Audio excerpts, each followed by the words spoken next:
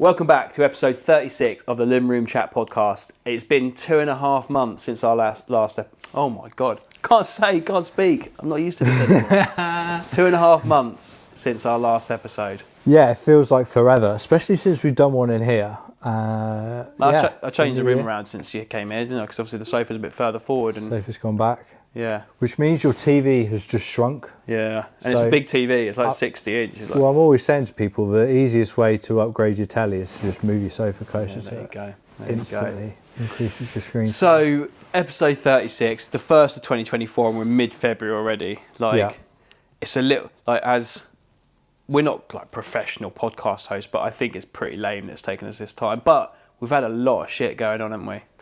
A lot's been going on. I don't want us to beat ourselves up. No. We set the target of doing 40 episodes last year. Failed miserably. Well, I wouldn't say we failed. We got to 35. That's like... I'm taking that. Okay, but we didn't make... We didn't hit our target. So let's just draw a line under that. 2023 was a year where we've learnt what to do and what not to do. It was an ambitious amount of podcasts anyway. I reckon we'll make it 100 this year. I think you can tell by my face. Yeah, no, it was a up joke. For failure. I think if we get to 50, we can smash out 15 episodes. Yeah, I think that's easy. Good. That's less. And sometimes less is more, Yeah, and we shortened them halfway through the year, didn't we, as well? Because we were doing like hours at the start, and then we switched down to 20 minutes. Yeah, although I feel like we both need the free therapy. Yeah, I feel like we've just talked about it before we've hit record. Like, actually, we've had a lot going on in our personal lives and business lives, and it's just, I don't know, I feel like if we'd been there for each other, chatting, it would have made things not quite as bad or as gloomy. Because I don't know what to sound off against, that's the problem. Like, talk about my problems. Yeah, I know, I mean, I'm always moaning, but to anyone who will listen, but this is a good forum for getting it all out, There we go. So, should we start, we may as well start with a bit of a state agency. Yeah, okay. So we talk about how the year started, what our views on the way the year's going. Yeah, okay. I think I realised coming into this year how difficult last year was. Because only looking back, you sort of realise that, actually, that was quite a tough year. It was, with mortgage rates all over the place, buyer uncertainty, just a return to a normal market where you actually had to work to sell properties. You couldn't just stick it online and have 15 inquiries come in and sell it on the weekend. It still happened on a few occasions, but not as frequently as before. No, I feel like it was just it was a difficult market. Like, we had to work again to sell properties, and everything just felt tough. Yeah. And buyers were kind of like, I don't know if I want to buy now. I don't know if I want to wait. There wasn't that excitement. Buyers got so many splinters, just sitting on fences, didn't they? Yeah. Shall we buy? Shall we not buy? Second viewed it, I love it, absolutely perfect. Gonna give it another month though and see what happens. Oh my God, I'm still getting that now. That said, deals got done, people got moved. Yeah. I think that difficult market is kind of, hopefully we'll get back to a bit more of an easier market this year. I think stable. I've said to everyone who I've been out to see this year, it seems just stable. Like, interest, and they're still high for mortgage rates, but they're going up and down at the moment, aren't they? Literally weekly. But they found their place. Like 4.5%, 5% seems reasonable to people now. Yeah, it seems fairly steady at that level too, right? So, yeah, absolutely. Absolutely. We'll see. I think 2025 is going to be the next year where prices start to go up. Yeah. But why are you going to wait till 2025 to make the move? It's the same as we've always said, isn't it? Like, if it's right for you at the right time, then go for it. Like, what's the point in waiting? Which brings me round to my house, which I've now moved out of. So there'll be no more living room chats in my living room in Shinfield. It's done. We should have had a last episode. We didn't know. The last episode we did, 35, was in fact the last episode at Matt's Gaff. I'm happy we've got episodes at my old property though, because then I can look back on them and be like, I remember fond memories. Yeah. The chats, the laughs. And so to the point about moving, I agreed that sale when interest rates were spiking up again. Yeah. Got a price I was happy with. Sale went through just before Christmas, and must have been a massive relief to get that done. Yeah, because right up until the last minute, you think you're just waiting for something to go wrong, aren't you? Yeah. Really, because we all know until the contract's exchanged, someone can turn around and be like, no. Yeah, exactly, and I've experienced that in January. Trust me, that's how my year started. Yeah. Just firefighting. I've had so many like issues out of my control, like chains collapsing and sales falling through, buyers just messing around. Just it's just frustrating, really. Like really, and it's kind of put us our backs against the wall. Like 2023 for us was, I'd call it a relative success in terms of completed business. Like I was actually like we had a target of hitting a certain amount and we hit it but we did, which was good. And look, taking the pipeline into what I've done this year, I was expecting to be like rocking and rolling by now, but just not happened. I think we've had 1 exchange and 2 completions. We're 6 weeks in. I should have had 7 properties complete by now. Yeah. Oh shit. Yeah. It's been tough. So yeah, it is what it is. Though take the good with the rough with the smooth, don't you? So. I mean, we've said before, time never moves faster as when you're self-employed. Oh, no, it's like already we're 6 weeks into the year. Yeah, that's it, isn't it? And we're obviously reaching our year end because our year end's about similar time, isn't it? Yeah, well, mine's end of December actually. So of course. Yeah. Oh, is it? So you've just done your final returns? So I'll do that in April. Right. Okay. Yeah. So my year end actually matches the tax. So my year end's 30th of March. Okay, that's quite nice, good. Yeah. So I can like literally get the year end, and obviously the tax returns are done at the same sort of time. Yeah, I'm going to try and understand what my accountant does this year. You know, I kind of get it, but I don't get like when I need to pay. I just wait until I meet my accountant in April. Yeah. And we do the business one, which ends in December, and then we do my personal. You pay your accountant monthly, or you? Yeah. See, mine's a bit different. So I have one bill for him when he submits the self-assessment tax return for Lauren and I, and also the business accounts, and he sends through one bill for all of that in April, May time, and pay it once. But then throughout the year, I can just call him or text him at any time, and he just gives me the answers to what I need. Yeah, I think mine just sends me one invoice a year, and I just pay it monthly. Oh, I see. Fine. Yeah. Okay. Yeah, I had a little sub account in on Starling for money for the accountant. Yeah. It's got 0 in it. Yeah. Just waiting for that May bill. Oh, hopefully get some exchange free by then. So. Yeah, I mean May's a while off. You got time to. Yeah, absolutely. There we go. I think for this to come and bring it back to the pods, like I think for this year, got to kind of focus in on what we actually know and what we talk about. I know we talk a lot about estate agency, but a lot of other stuff to go into it. But I feel like agency and the stories behind agency is what people want, what people understand. Yeah, I think if we loosely base it on agency, yeah, and then we can meander off from time to time. One thing I really want to do though, is, I messaged you obviously a couple of days ago, but the couple of the comments on our semi-viral TikTok that had 25,000 views, they're still getting comments in. Oh, about the boiler? Yeah. Oh, I forgot to look, actually. Yeah. I feel like, well, don't look now. I feel like for another TikTok reel, we should film it while we're here and go back on it and actually record a response to him. Yeah. Oh yeah, we're still alive, blah blah blah. Yeah, because that was my boiler being serviced. Yeah, it was. It's good fun. It's good fun. But I think it's good. Like, we're getting there now. We've had a couple of decent hits on TikTok and YouTube. I think we're up to like 40,000 views now, which is pretty cool. I noticed some of our random chats. People are like, "Oh, good content, bro." Yeah. It's like, yeah, I know. But they're missing the whole context of it, aren't they? Yeah. Because you able to listen to the whole thing to actually get good at it. But I've had a few people message me and say, "Oh, when's the next pod?" I don't know. You've got a few fans. Yeah, we've got a couple of fans. Yeah, I have to remind them when it comes out now, though. Oh, we're back. Thing is, it should come up when they like and subscribe. When it comes up, it'll come up saying new episode out from the Living Room Chat podcast. And YouTube will be like, "Where have these guys been?" Yeah, and we're back in business. But no, it's good, and we'll try and get into a routine with it. I think bi-weekly probably is. We're a lot busier now than we used to be. In fact, it's more you than me. I'm always like 9:30 Friday morning. I'm still game, but you're like, oh, I got this, I got that, got life. I've been all over the place, and you've got a lot going on. The next couple of months are going to get even tougher for you with imminent arrival of Little Barrel. It's weeks away, even days away. I mean, 2 weeks early isn't a big deal, is it? So she could be here any second. Literally, yeah. Mate, keep your phone on you. Well, it's there, isn't it? So in case you get a call. All right, yeah. Well, wait, we'll finish the podcast off. Obviously, yeah. Soph's taking bets on how long she'll be in labour for, when the baby will arrive, how much it will weigh, and how long the baby will be. How long? That's that a thing?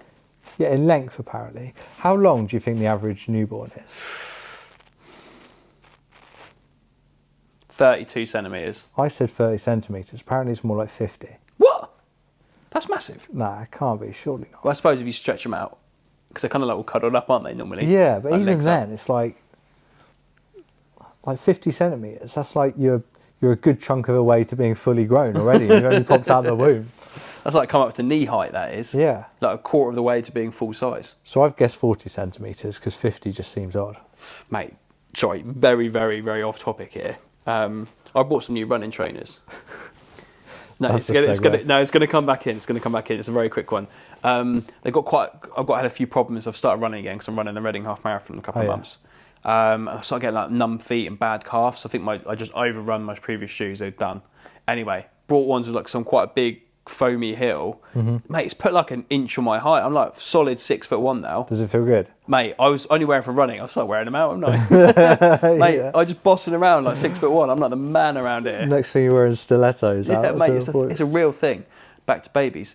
That's why that was my segue. You Right, see what okay. I'm saying? It wasn't 100% random. It was a size related. It was a size related comment. Yeah, fair. Anyway, there we go. Good stuff. Yeah, so that could happen any minute, and it's been a crazy start to the year. When I think about my life, looking at it from the outside, I'm like, yeah, I could see myself having a breakdown about now, but I think I'm okay. I think I'm all right.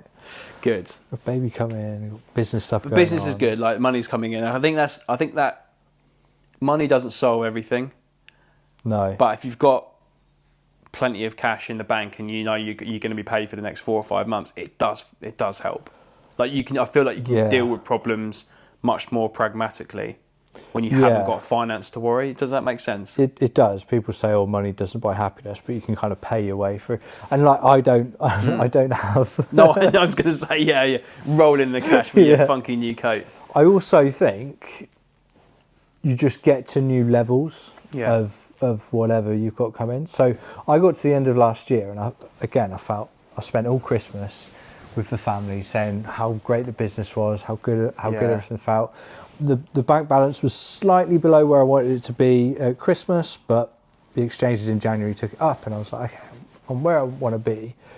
And then I just feel like no matter what the number is, there's new anxieties and things to worry about, because what I would have felt as a comfortable number last year, I've now got a kid. Yeah, so you've got extra. So I'm now getting life it. insurance and all this other stuff, and it's like it just changes, which is natural, I suppose. I think from us, we've kind of paid ourselves on not the bread. I mean, like the boohoo us. Like we're bringing quite a lot of cash in each month, but our outgoings are so high. Yeah. I know I think we've talked about this before.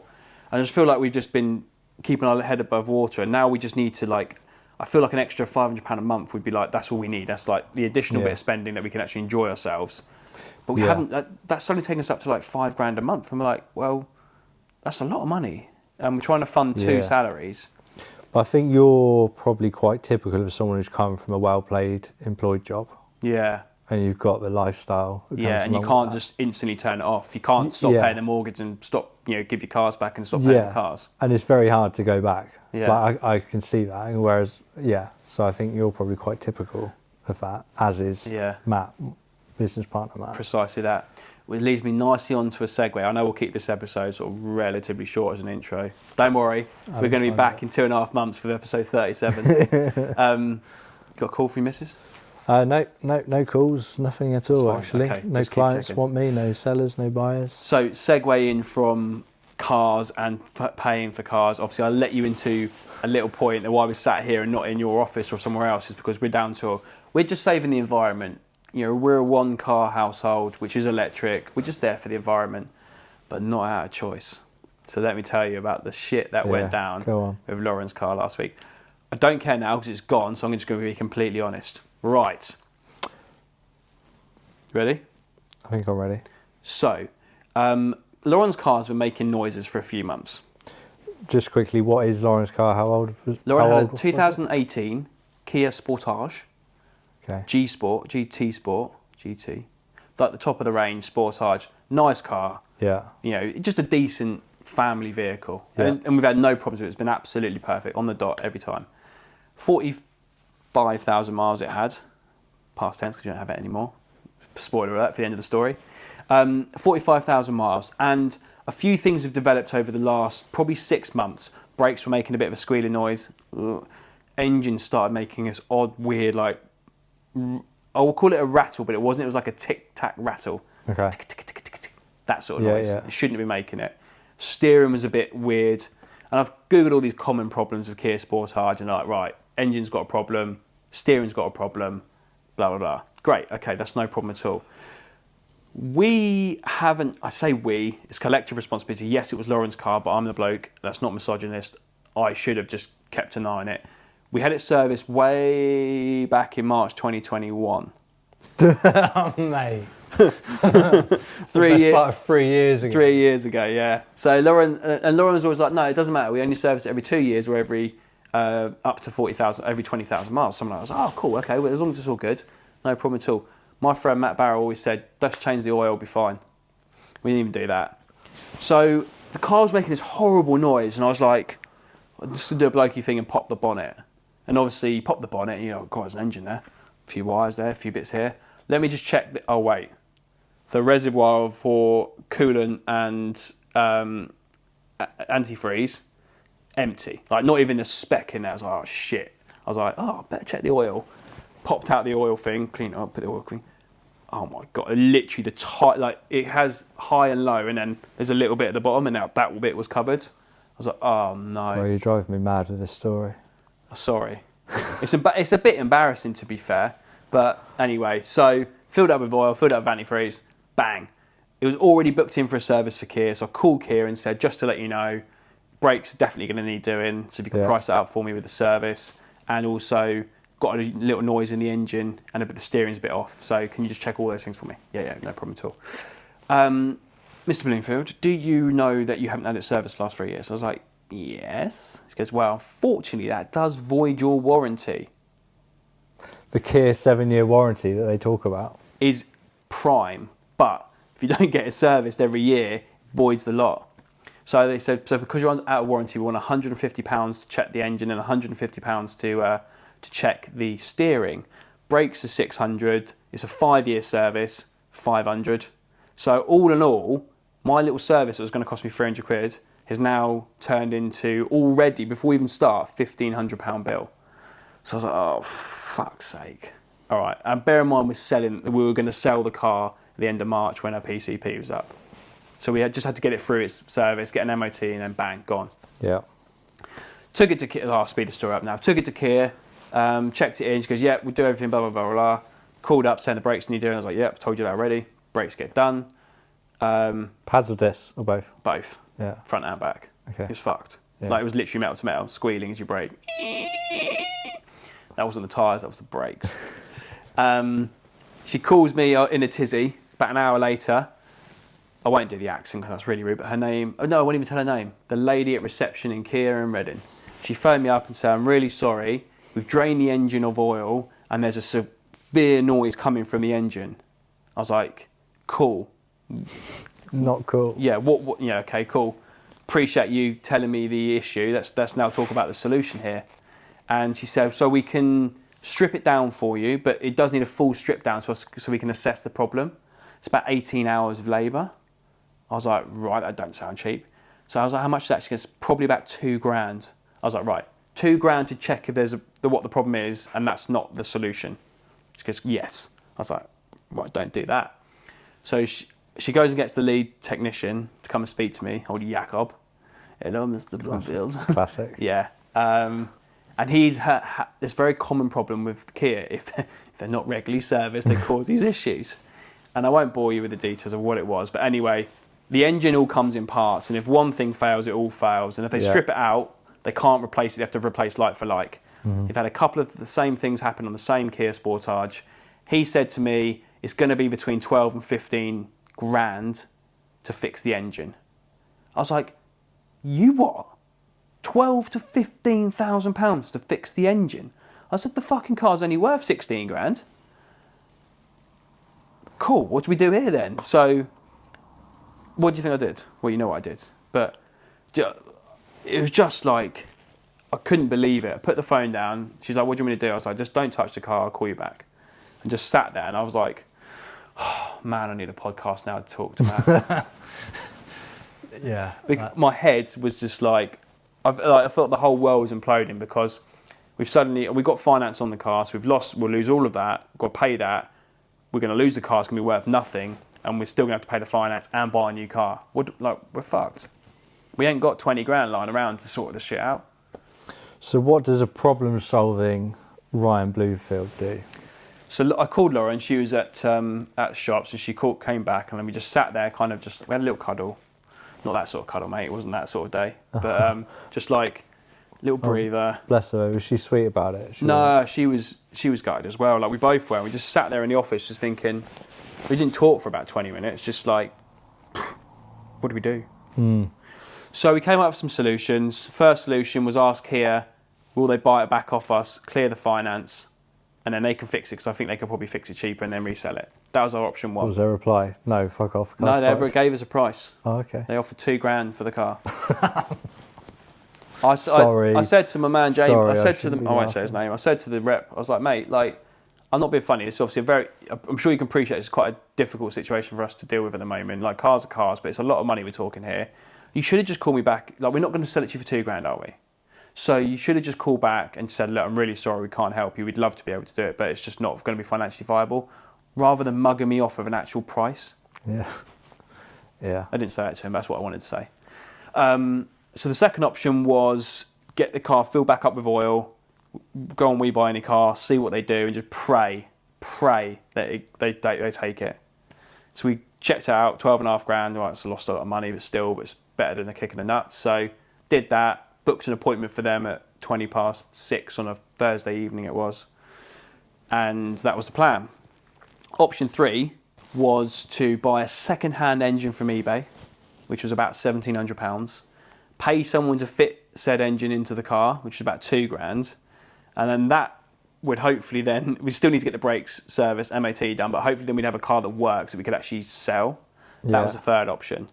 Thankfully, we didn't reach option 3. So, went to We Buy Any Car, the guy was there, really flustered. There was loads of people queuing to sell their cars to We Buy Any Car. Right. They literally buy any car. Yeah, wow, that's what So they say.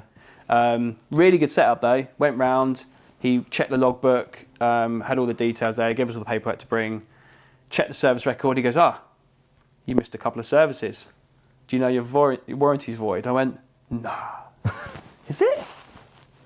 And then I said, well, actually, you find Kia's only got a 5-year warranty on the engine, so I've just topped the oil up myself. He's like, okay. Not technically a lie, I suppose, if you had topped the oil. I did top it up like 2 weeks before. And I was like, cool, anyway, it is what it is. And he's like, well, I'm going to have to deduct some money for that. I was like, all right, fair enough.